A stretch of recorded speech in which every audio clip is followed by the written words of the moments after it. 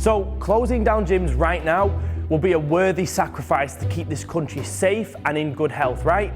Wrong.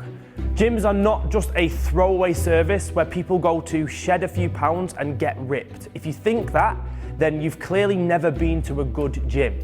Gyms right now are the #1 thing preventing a systemic breakdown of the NHS by providing well-being support to millions across the nation. Gyms are an essential service and they should be recognised as the primary one which supports and underpins the health, fitness, well-being and sanity of our communities, and one we should keep functioning at all costs.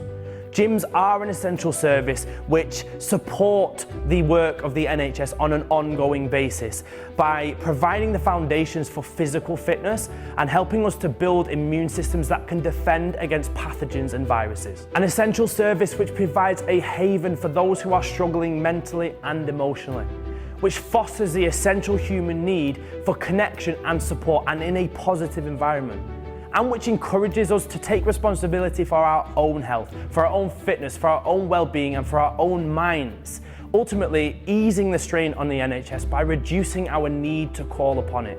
But what about safety?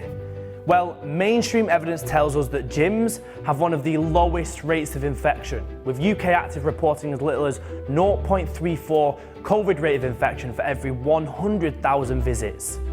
The data also tells us that immune-compromised individuals are at the highest risk with the highest mortality rates. It also tells us that depression and suicide rates went through the roof when lockdown began in March 2020. It also tells us that physical exercise helps to boost our immunity, boost our endorphins and boost our feelings of self-worth, ultimately meaning we decrease the need for antidepressants and enhance the efficiency of our immune systems. We're about to head into winter. This means less sunshine, less vitamin D, more cold, rainy days, more dark nights. And let's be honest, going out for a run or exercising in the park is not going to be an attractive or viable option for most. So what happens if gyms close now? Can we really afford another 6 months of people not moving off their sofas, putting on weight, losing their motivation, and ultimately destroying their immune systems even more? How is that going to see us through a pandemic?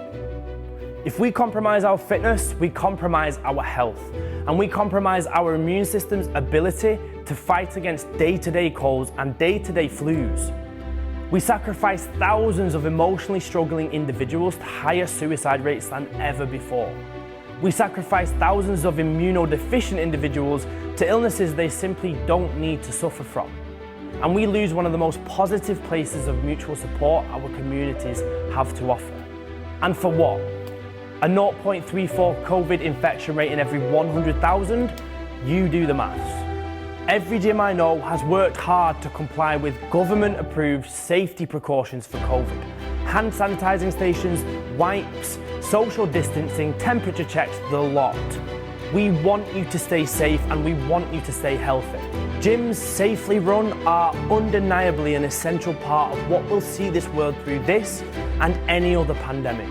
So please, every single one of you, stand up for the health of our nation and make our government see that closing gyms now would be an act of lunacy. Remember, gyms provide an essential service to the community and support the work of the NHS. So let's work hard to keep them open.